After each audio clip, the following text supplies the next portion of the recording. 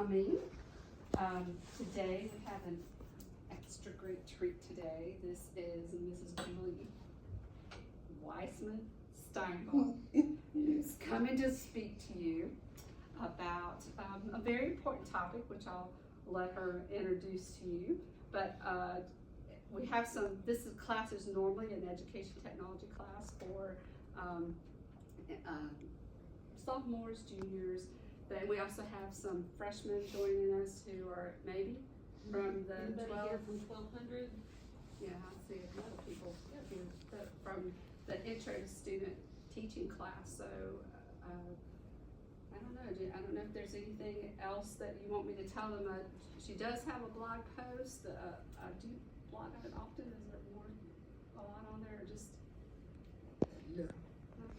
But I'll make sure that you guys have the link to that so you can read that as well for those of you that don't. But also her daughter, Jessie.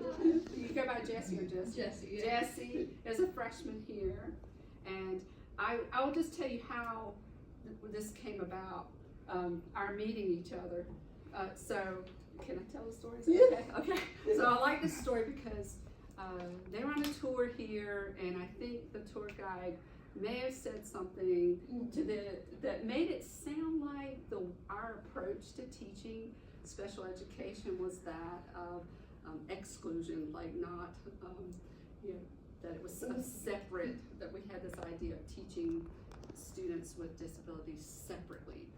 And so, being the mind that she is, she said, that's not right. And so I was asked if I would talk with her to talk about our program how we train teachers for special education.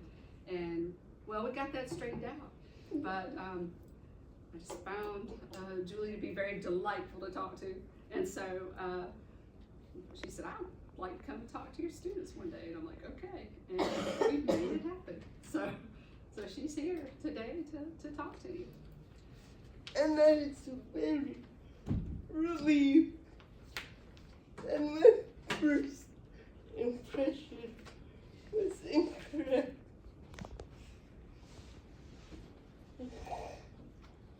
So, would you like holding my papers? Sure. What you're looking for you to read? Yeah, please. Gotcha. You tell me which way. Where is that? Good? And then note. That's perfect. Perfect. I'm old. My daughter says so every other day. When I was 4, there were no cell phones, no internet, and perhaps even more shocking, no Starbucks.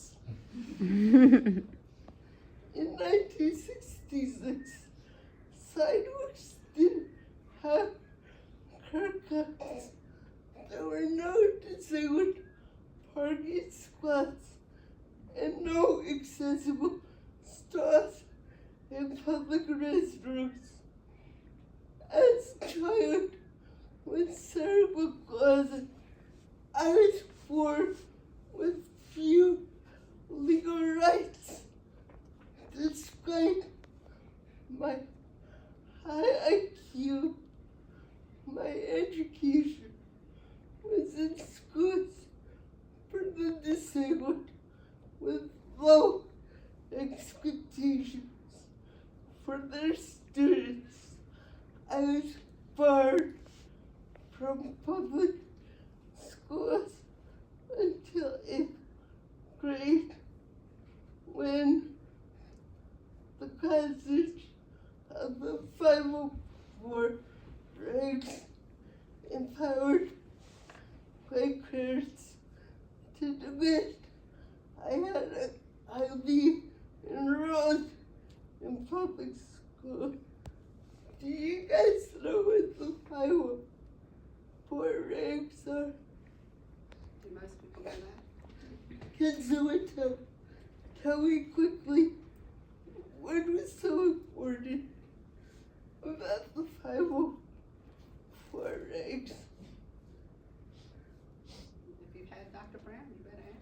I'll be telling her. I'll be telling her you didn't answer that one. Pop quiz. Jesse, do you know?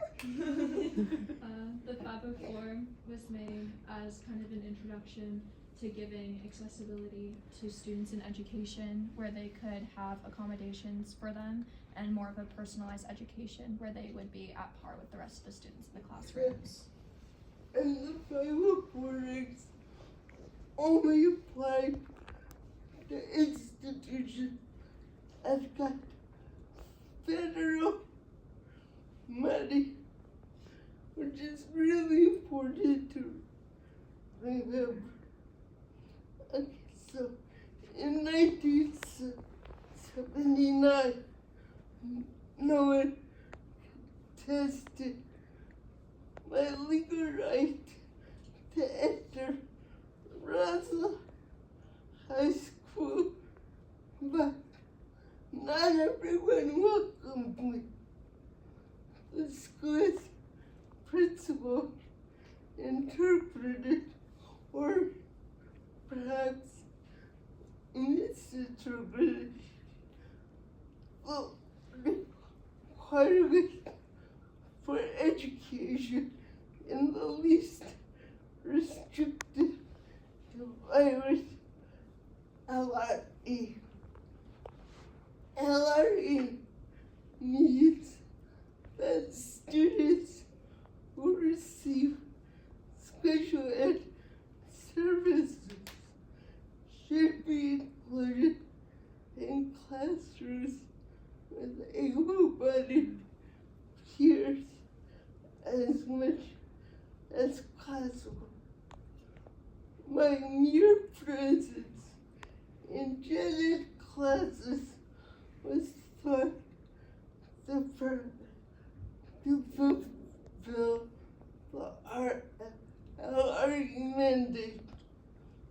The school administrators did not organize in service training for teachers to learn about educating a student with a disability.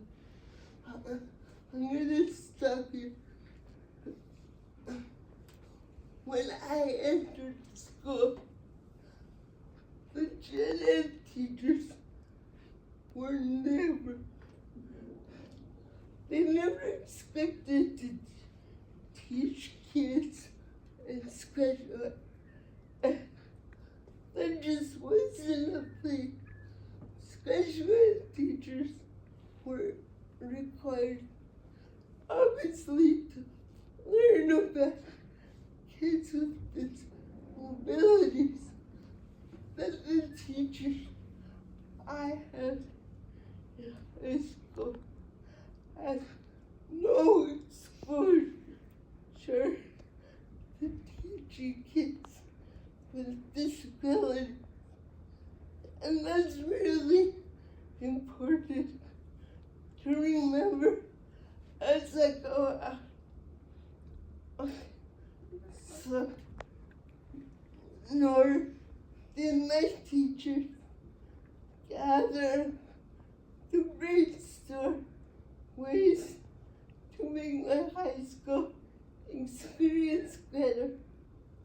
None of these actions were required by state or federal law, and the actions created unnecessary obstacles for me to overcome. Okay, and we'll take over for a little bit. My 10th grade honors English teacher, Mrs. Bennett, had the reputation for being the most hated teacher while in class, but the most appreciated after graduation. She drilled proper grammar by making her students diagram sentences until we went home and dreamed about nouns, verbs, adverbs, and prepositions. I credit her for giving me the skills to test out of the basic English class when I entered college. I was the first disabled student to do so. The challenges I faced in Mrs. Bennett's class were not just academic ones. In class, she would raise her voice as though I was hearing impaired. I did not have a typewriter in school, so I dictated my answers to my aide. This was an arduous process that required more time than allowed. My work was subpar and often incomplete. When I dictated, I had to wait for my assistant to scribe the words before they showed up on the page. Typing allowed the words to appear almost instantaneously as I thought of them. At home, I could work independently on my typewriter. Mrs. Bennett always graded my, I'm gonna say it, shitty in-class assignments higher than my well-written homework. I guess she assumed that Mom did my homework for me. How was this possible? I believe the simple yet complex answer is ableism. The dictionary definition is discrimination in favor of able-bodied people. Like racism and sexism, discriminatory beliefs about the disabled didn't disappear with progressive legislation. As the first physically disabled student in the Roslyn School District, I hope to make life easier for the next generation. I failed. My almost daily encounters with ignorant people tell me that ableism is alive and well. We had dinner at one of the restaurants on campus Saturday night, here, I'm assuming, right? When it came time to order, the server looked at my attendant and not me. Which I think is hysterical, because they say that they teach etiquette in those restaurants, yet they didn't know disability etiquette. I corrected that. I bet you did. Yes, I did. Yes. Ready for me to go? Yeah. Okay. As the next generation of educators, you will be confronting ableism. Even if you are a general education teacher, no one talks about it, but children with all sorts of disabilities don't reach their full potential. Here are some examples of how ableism may contribute. Assuming a student with a disability cannot achieve the same academic standards as their peers. Overly praising a student with a disability for basic tasks, implying that they are brave just to be in class. Yeah. Assuming a student's cognitive ability based on their physical appearance or disability. And it's not only educators who must confront ableism, very often parents share these false notions. They may reject accommodations, fearing their kid will be labeled. Or more commonly, parents insist their child is completely helpless and demand the school provide every service known to humankind without a valid reason. You can attest that. So where'd your parents fall? They demanded I get the education I deserve. That's why I'm here today. Otherwise I'd be in some sheltered workshop Right. in New York. And definitely not married. And definitely I would not have a kid. Okay. So Judy Human, if you do not know who she is, you will before you finish your studies here in the education program at High Point University. But Judy Human, who actually is a friend and was a friend and disabilities rights advocate, once said that part of the problem is that we tend to think that equality is about treating everyone the same when it's not. It's about fairness. It's about equity of access. And Julie adds to that, I add that fairness will never be achieved unless we confront ableism. So what are your thoughts? Does anyone have any personal experiences with ableism? So, have you seen it in action? Anybody have an experience that might have noticed or seen before? Or Would you share something? Can you think of something?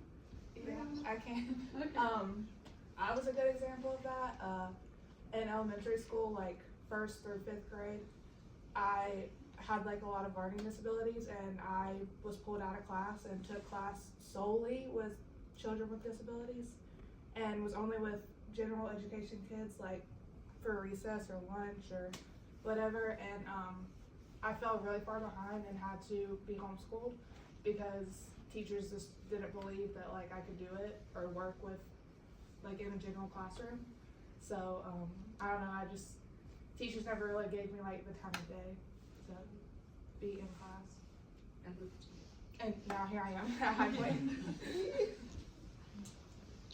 Anybody else? Even if it's, I mean, I when I was younger, I've been guilty of some of the things that, you know, that you hear that people do, you know, I learned very quickly.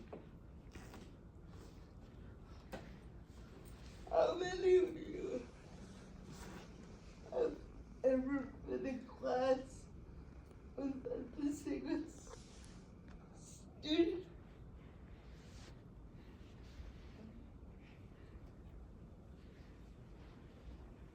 Did you feel like they were part of the class? That's good. Did anybody ever feel like they were not a part of it? That's awesome. That's also unusual.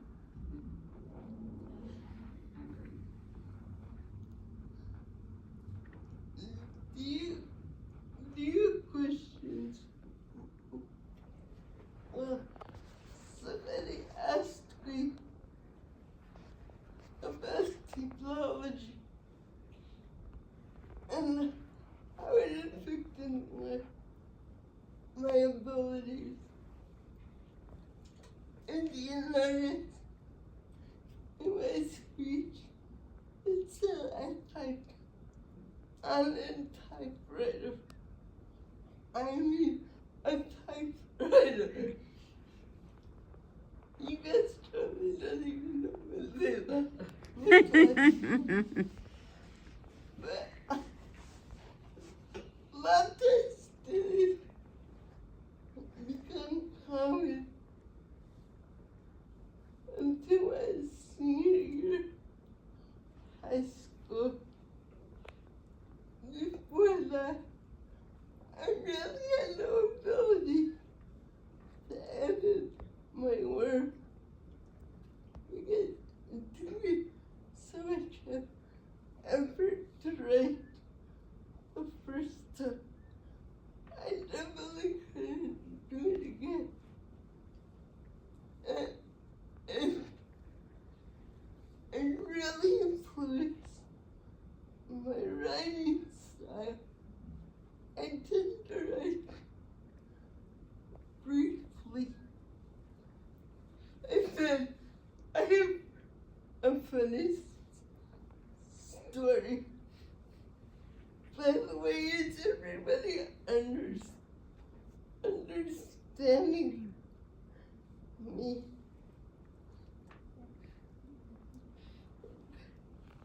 So, I got my master's in special ed. And the first time I submitted my thesis, my advisor said,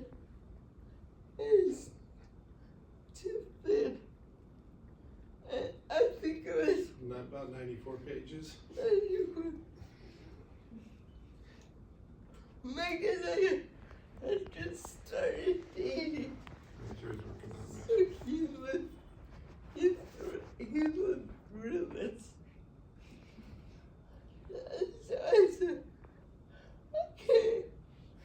So I came back with this is like 125 pages long now.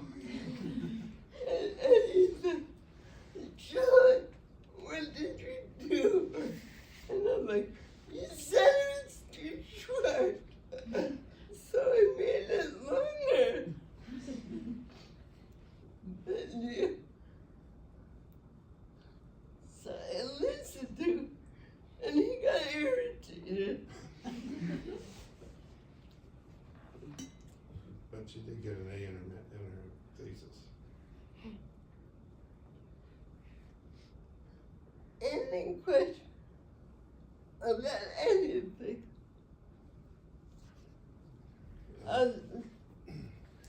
Just do this. Can you say anything about mom? By the way, I'm treated. I would like to say one thing. Not only did Julie finish her master's degree and then in 2005 gave birth to Jessica, she opened the company up and gathered from that time in 2005 for 17 years, operated a company in San Francisco Bay Area with 120 employees. So she was a very successful businesswoman as well as a mother.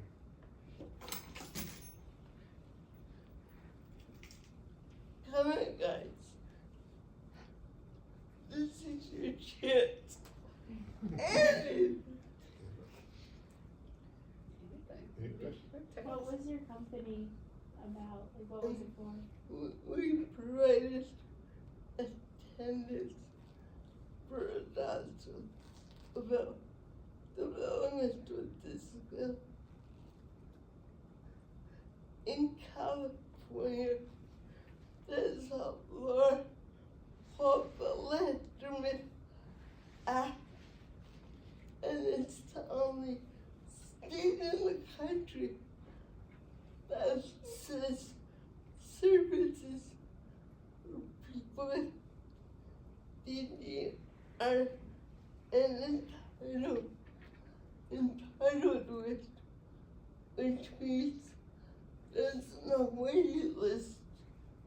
So, and somebody who's cerebral palsy wants to live independently in their own the state is legally required to provide whatever services they need. And so we would come in and assess people and then create a plan very similar to IEP, but in the adult world, it's called IPP, individual.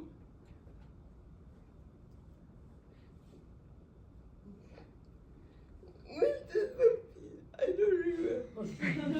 It's Individual and personal are probably the same thing. anyway, it's basically the same as an IEP. And then the state would fund my company to provide services.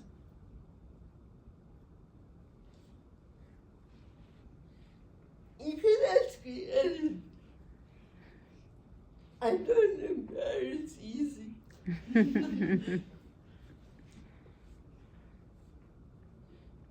I remember that you created, was it a place in your home or a home, a place where people lived too at one point?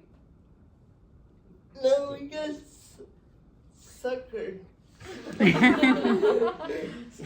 Michael, would you like, It's it. So what my happened? God, me?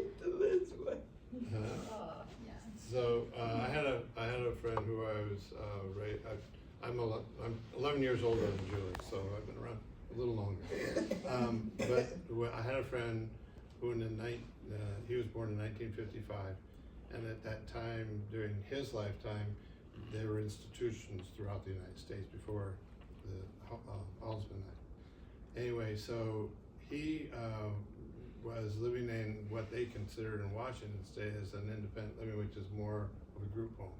There was 4 individuals, and there was 3 women and him, and they're high functioning, moderate, and then low functioning besides my friend. Anyway, he came down to California to visit. He saw what the independent living movement in California was like, where they had their own apartment. They didn't have to have 2 or 3 people living with them. So anyway, what happened was he came down in the fall, spring, and visit us. And he says to me and Julie, he wanted to move to California from Washington, and I was giggling a little because I said, "Well, yeah, sure, Mike." His name is Mike. I said, "But you'll have to. One thing you have to get before anything is a Section 8 voucher to move to California, because there is none to be had in California because there's waiting lists for people to get affordable housing." You guys know what Section 8 is? Section 8 housing is for people with either low income or disabilities that can get an apartment or a home in very low payments. So anyway, the government subsidizes the housing. Anyway, so I jokingly said, "Well, you have to get a Section 8 voucher because there's none to be had here in Mike." So he goes back home. And meanwhile, I find out I'm pregnant. Yeah, and we just found out that Julie was pregnant. So he comes and calls me in June and July, and he says, "Oh, by the way, I got my voucher." And I said, "No way did you get a voucher." Yeah. Not only what is a voucher, it was a 3-bedroom transferable from Washington to California, which I didn't know you could even do that, but you can. So he came down in October when Julie found out that we were pregnant with Jesse, and he lived in our home. We hired attendants to provide services to him. What they did tell us is he was bipolar. He was bipolar besides cerebral palsy. So he has a little problem with behaviors. But anyway, so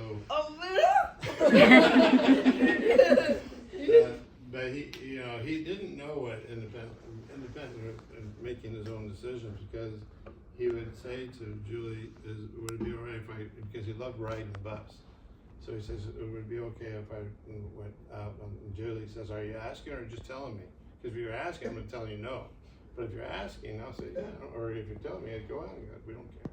Anyway, what happened was from October to January, we had him in our home. We called the county for the county assistance, as well as the regional center, which provided the house or the attendance in the home. What happened was we did all that for free. And Julie and I were like, in January, he moved out of our house, moved in his own apartment. Yay! And March, Julie decided that, we did that for free. Why don't we get paid for it at least? So she vendorized herself as for a company, and Regional Center, the state of California approved it, and that was in March, April. July, Jesse was born. In October, we had our first person providing services to, and then from October on, it just grew. One advantage Julie had, I believe, in our company that Julie had comparatively to other companies that did the same thing, was that when Julie did an evaluation of the person that we're going to provide services to, a lot of parents, and this is nationwide, I'm sure, are very protective of their child. But even as an adult, companies come in and say, "Well, your child needs this, or your adult needs this and this and this," and they look at someone who's an able-bodied person with a company, and they go, "What do you know? Right? You're not disabled. You've never been disabled." They couldn't look at Julie and say, "You don't know what my kid needs," being a disabled person herself. So she had an advantage, I think, that for our company that had the compassion, and she knew a lot more than what the normal person at the same company. The other advantage I had was not only had I experienced as a person with a disability, I also helped care for somebody with multiple disabilities, retardation, with intellectual disabilities. She was at CP, and the doctors said she was legally blind. And says if you took her to a movie and there was a naked woman on the screen, all of a sudden she could see that. Selective blind. Exactly. So, it's a long story, but I helped co-parent her, and she's one of the first people in the state with a significant disability to live independently. So I had that experience as a parent as well as a person with a disability. And I was labeled the difficult parent because I was complained. She had a day program. I was in the community. It wasn't site-based. And so I'd walk around and I'd see them wandering the streets aimlessly. And I would complain a lot. I'm sure you can't imagine. So I got labeled the difficult parent. So when I started my agency, we got a lot of us so-called difficult parents because I was one, so I understood what their issues were. And the other thing I think is that, everyone thinks reality is a certain thing and isn't influenced by opinion. The truth is, reality is only as true as your experience.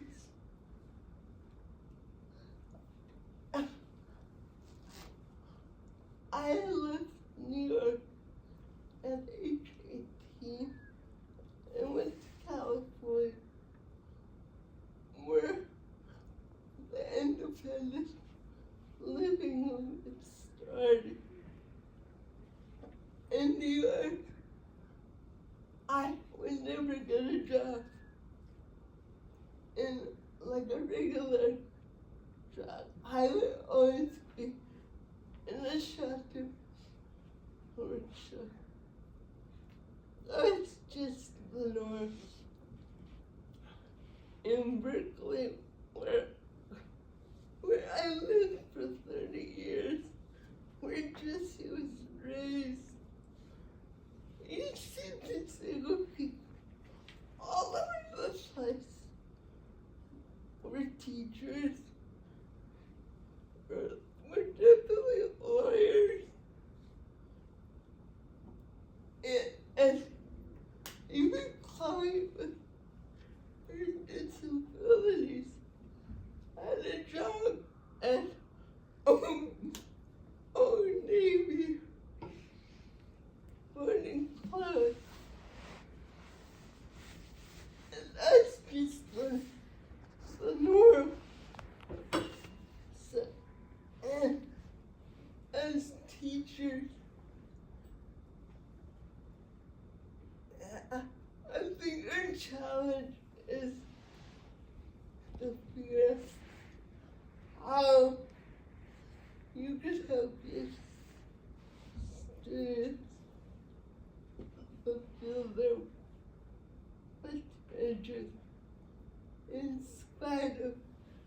discrimination. And I think the other thing you could keep in mind is they're going to be facing discrimination all their lives. And if you can be the person out there figure out how to deal with it, that would be a life skill, that treasure for their whole lives. Do you guys know what a sheltered workshop is? I don't know if you know that terminology. So they're still common in a different kind of way where people get paid like a sub minimum wage for jobs that they do, but it was very common that they might get contracts from companies like that might build furniture, and they might sit around and put screws and with pieces in little bags, and like they all went there, and that was the best they could hope for. If they were lucky, I don't know, maybe they could make $1 for a whole day's work. I mean, it just depends on what's going on. So that's where everybody just thought, okay, that's where people belong. And they had no interaction right. with the general public. They were in, hidden away. Yeah, like in a warehouse, like place where it's just them and everything. So, and that's why when you around here, if you ever go into like Harris Teeter or Chick-fil-A, that's not on campus anyway, you'll see they hire a lot of people and pay them the wages. They pay them the regular kinds of wages. Here you'll see people with disabilities working in those places for sure. There may be others, but that's where I know when I go, I do see I see people earning a fair wage there. Sorry to add into No. You guys are way too quiet. They're quiet with me still. They're scared of me. They're getting better. They're starting to. Just see you have a big mouth. Okay, Jesse, the big mouth. What do you got to say? Do you want to say something really that might be helpful to? Honestly, I think even Carrington came, this is my friend. Hey. She came with us to Vegas, where we live now, over winter break, and I think having that personal experience, just living with my mom for a week, she even was exposed to ableism and how it's alive and well. And like anywhere we go, I mean, even here, my mom was treated differently at first. And that threw me off from going here in the first place. And obviously my mom corrected that. So, I mean, but there's people that don't have the will to stand up for themselves. And they just get hidden and they are lost in society, basically. And so I think it's just important to kind of put yourself in people like my mom's shoes and think like, my mom's a person. She's smarter than all of us, for sure. And yeah, just, I don't know, treat people like people. It needs to be. I always like to say, assume confidence. Say that. Assume confidence. Because, like with Chloe had a lot of skills. But she couldn't. If a waitress asked what does she want to eat, sometimes she could tell, sometimes she would be too busy screaming that she doesn't want me here. But when the waitress waitress asked, when do you want our attendant or me would step in and say, I'll claim with. So it's just so even though she couldn't answer directly, the people around her could answer.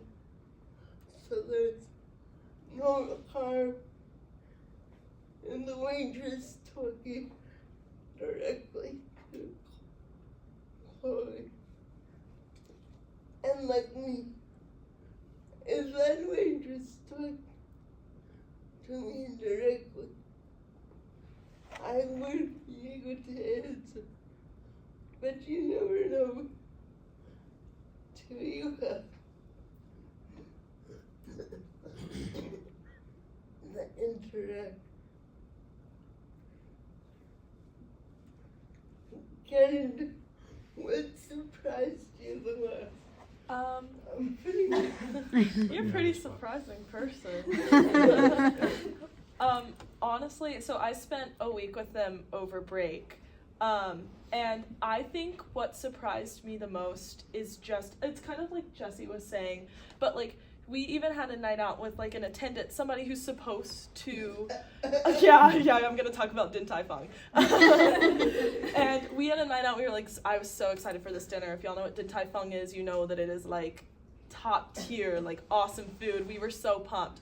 And we go out and this woman who's supposed to be trained, like pretty much in helping people with disabilities, she's not only referring to Jessie, but referring to me to be like, does she want this? Does she want that? And it's like kind of crazy. I'm a North Carolina native, so like we do pretty good at like making sure that people with disabilities, like we're kind of are accounted for, but like it's not definitely as progressive, I think, as other places. So I didn't really have a whole lot of experience with like people with physical disabilities, like Julie, before we went out. Not before we went, but like before that dinner, I guess I didn't really see it too much in action. But it doesn't take a rocket scientist to understand that Julie is very smart and very capable and just an awesome person. And I think that people don't give people enough of a chance. So like, I think that what surprised me most was that you were, one, willing to speak your mind, and two, she's really not afraid to speak her mind, y'all. And two, just the way that people would like treat her, like she's not any different than the rest of us. She's honestly probably more capable than me, but don't tell her I said that. But, I got it on tape, it's okay. cut the cameras. But yeah, it was just a really good, like, eye-opening week for me, but it also just felt like I was spending time with my friend and her parents. So I think the more that you look at it as an opportunity to learn something and not like something that's gonna like you feel scared about it, then it really just comes naturally, and it was great. And I'm going back soon because I said so. Yeah, I was terrified when I had been summoned. I found someone who was realistic and just delightful. I came back and I was just talking about it to Miss Owens, my colleague and friend there. I was just like, oh, this lady, she was wonderful. And but none of us want to confront like a disgruntled parent for any reason. And I was like, but I was glad that we were able to clear all that up, and we talked for a long time. I got to learn so much, and I knew you had to come and talk.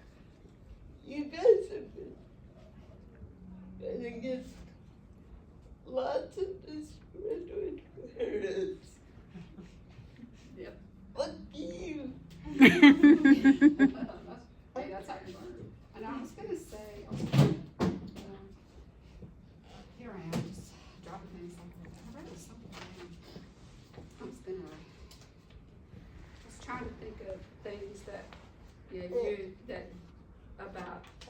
I wanted to talk about ableism because I figured that's not part of your regular curriculum, and I wanted to cover something different than what you're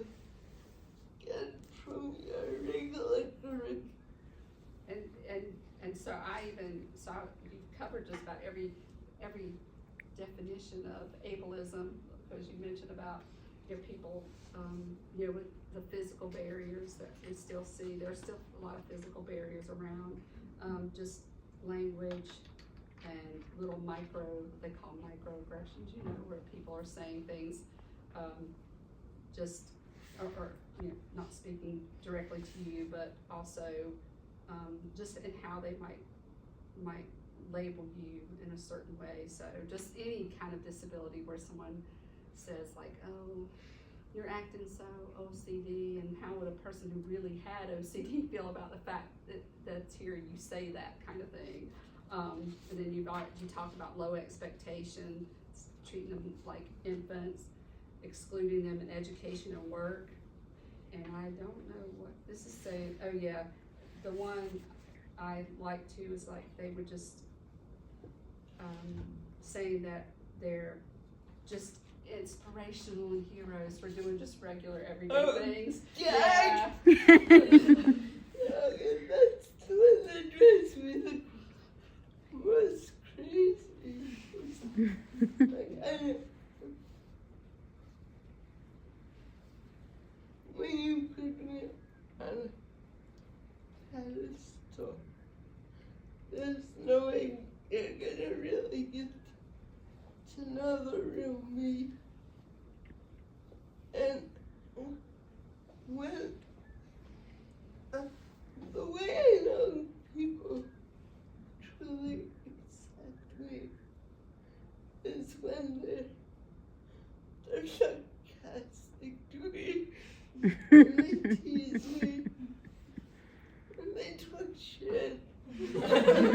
That's when, that's how I know people truly accept me. And I'll tell a quick story. Do we have time? Yes. When is it okay? I'm sitting here thinking which story. Is it Sloppy Joe? No, the nurse. Nurse. When you went to high school. When you went to high school. Is that okay? I don't even know what you're talking about. Go for it. We went to Vegas in the middle of 8th grade. So in 9th grade, Jesse had to get a assessed. Do you know what I'm Yeah. Do you The just, assessment. do you want Is me that to? okay? Yeah. Do you want to tell No, me? you're good. So, this is during the height of COVID. And I had been emailed the school nurse, and Jesse had to get assist, get her accommodations. So we went to the school. It was me, Jess, and my attendant, and we had to ring a bell,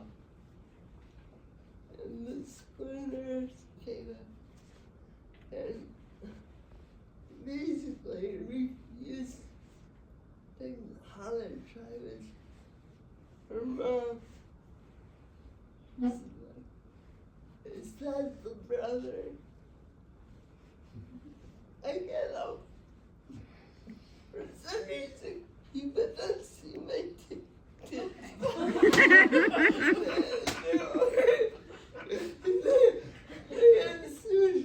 Oh God, don't ask me why. Well, they'll assume anything besides my mom being my mom. Like, we came, I think it was visiting here actually. They thought you was a student. Yeah, no, move in. Really? Move in. Yeah. Movie. People thought my mom was a student, not my mom. Which is like That was great awesome. compliment for age, but Right. not a great compliment for being disabled. On our honeymoon, we were on a cruise, and an elderly man, we went to a show on the cruise, and Julie was sitting on my right the gentleman says, "Oh, you're on the cruise with your son." I said, "My son? No, it's my wife." And the guy physically went, because he didn't realize the short hair does not mean that my wife's the guy. Mhm. Well, my family has this sad game that we play when we go out to dinner called Marine or Martyr. Dad, you tell them. A lot of times when we're at a restaurant, or not a lot of times, but a few times, been at restaurants, and when I ask for a check, the waiter would say, "Oh, it's been taken care of." So the question that me and Julie say, is it because they see my baseball cap, or they look at me as, "Oh, that poor guy with that disabled woman," and so therefore they pay for it. Tell the story. When Ableism is alive. Very much so. we were getting my wedding dress. Oh. Tell that. So we were going back to the van, and this elderly couple were walking by, and Julie was getting into the van. They looked at me and they said, "Oh," and they walked up, and the gentleman put his hand on my shoulder. He says, "God bless you, young man," because he had just assumed I was taking care of her. I've never taken care of Julie. I've assisted Julie, but never taken care of her. And as they walked off, I says, "Yeah, but she's great in bed." And they just screwed it off and were running. And it's just like that. It's just constant. So it happens even today sometimes. So yeah. So people just assumptions are just crazy. So, but Julie is the same as anybody else, even more so. Rachel. I travel with Julie. I've known Mike and Julie for 15 years, watched Jesse grow up and everything. And I have family with disabilities, and even my daughter.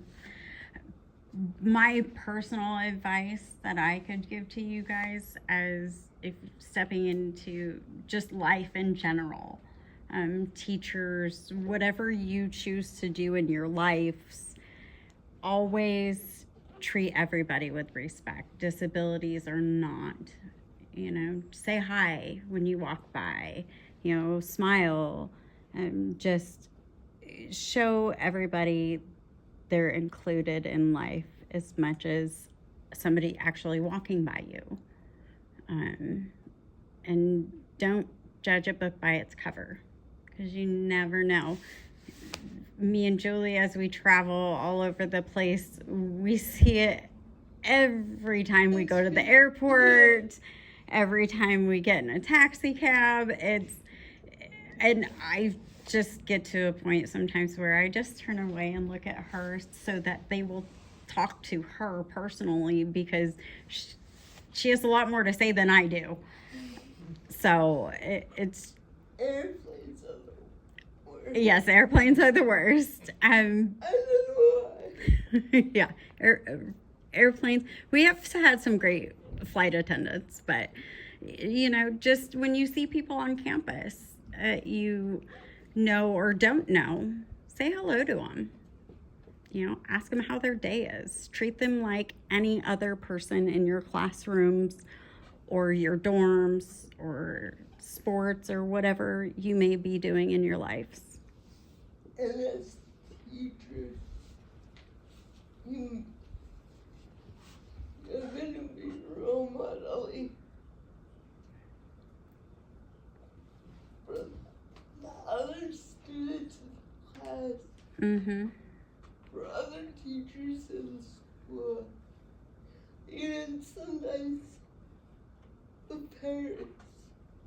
Like in my speech, I talked about the parent who wants every service they can get for their kid. And the truth is, when they get to be on the phone, those services probably won't exist to the extent they do in public school. And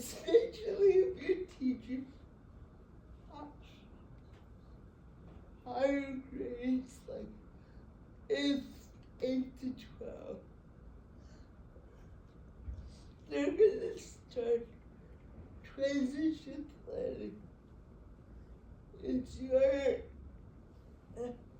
if you can take a look at what's available for adults in your community and be able to say, you know, you should go check out such and such. You would be doing that family such a service, because what I found is that Jesse's high school teacher had no clue what her college life could be. So they would say things like, oh, she'll never get such and such a accommodation, or my favorite was when the school counselor said, she'll never go to school outside Nevada. And I'm like, hell no, she's going far away. She is not staying in Nevada. But teachers make these statements based on no facts. So I really encourage you. You don't have to be experts, but at least get a sense of what adult services are like and what skills the kids actually need.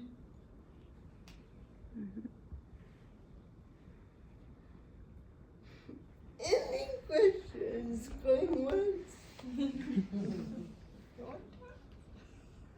Somebody asked if someone ever said no to me. Given what you know, what do you think? Has anyone told me no? I might have tried.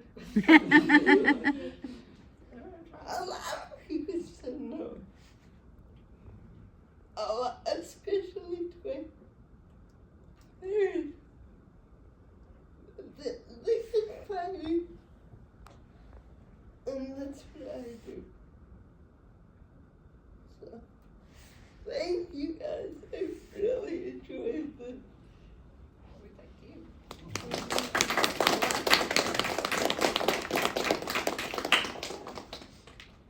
have something for you. Oh yeah, it's here.